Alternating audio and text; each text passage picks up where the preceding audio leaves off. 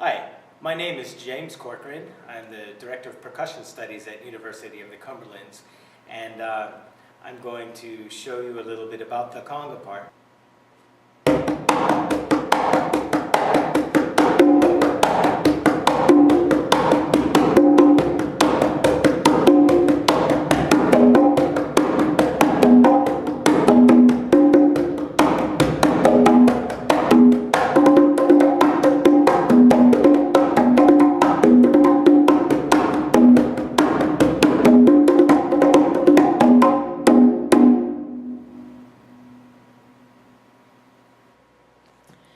First of all, I'd like to talk about the hand.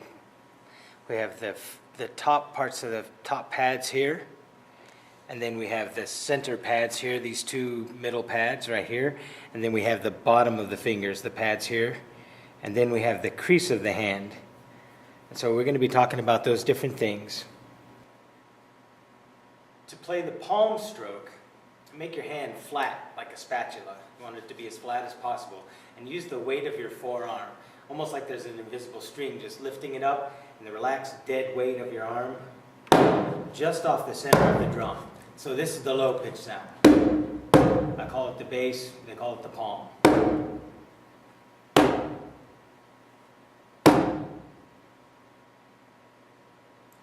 To play the open tone, you want to make your hand, again, flat like a spatula, and you want to use a wrist turn to strike and allow the fingers to come off the head. So when I strike it, it's going to come off the head. And at the bottom, the fat pads here at the bottom of the fingers should remain on the bearing edge.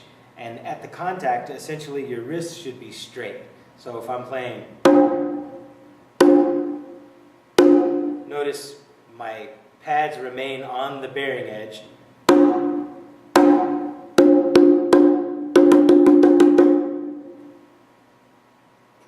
This is the middle pitch sound.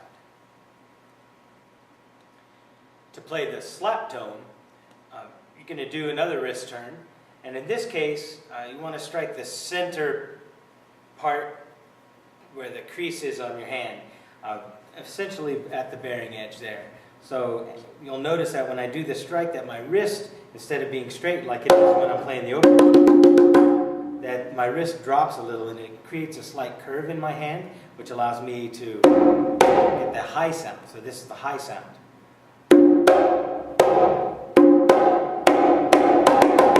So bass, low, open, middle, high, slap. The last stroke is the heel-toe. The heel-toe combination is an important stroke in conga playing, and we do kind of two basic things. The heel is essentially just like the palm tone, and the toe, essentially, that you raise the fingers. So it's kind of like a heel,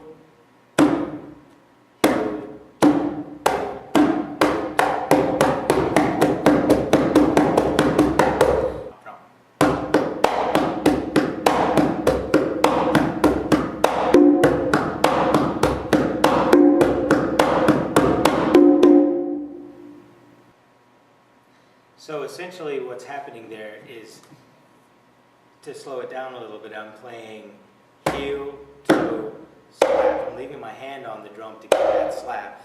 Then I'm doing the three combination of the toe, heel, toe, slap, toe, heel, toe, slap, toe, heel, toe, slap, open. When I'm doing the open, notice I'm leaving my wrist on the bearing edge and it doesn't affect the opening of the sound. So if I'm going heel, toe, slap, toe, heel, toe, slap, open, and then heel, toe, slap, toe, heel, toe, slap, open, heel, toe, slap, toe, heel, slap, open, open.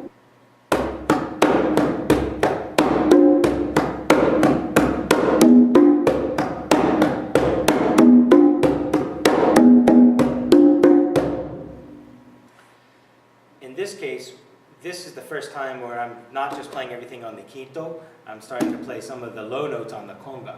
And so I'm going to go heel, toe, slap, toe, heel, toe, slap, open, heel, toe, slap, toe, heel, slap, open, open.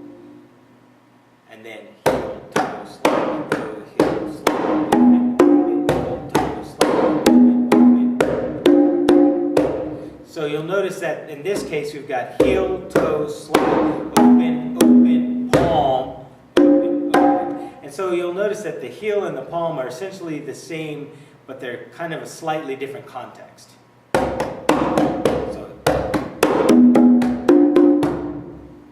So here's the second phrase again.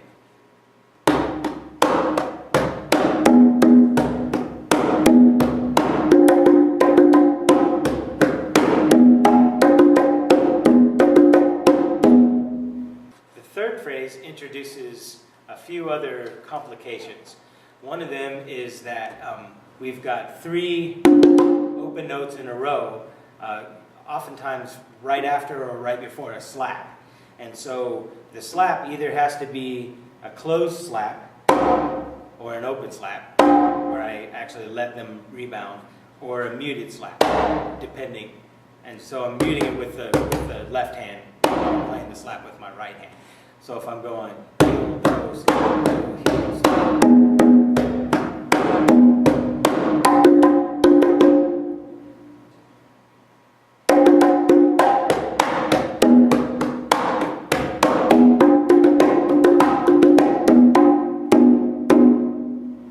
And notice I'm playing both of the drums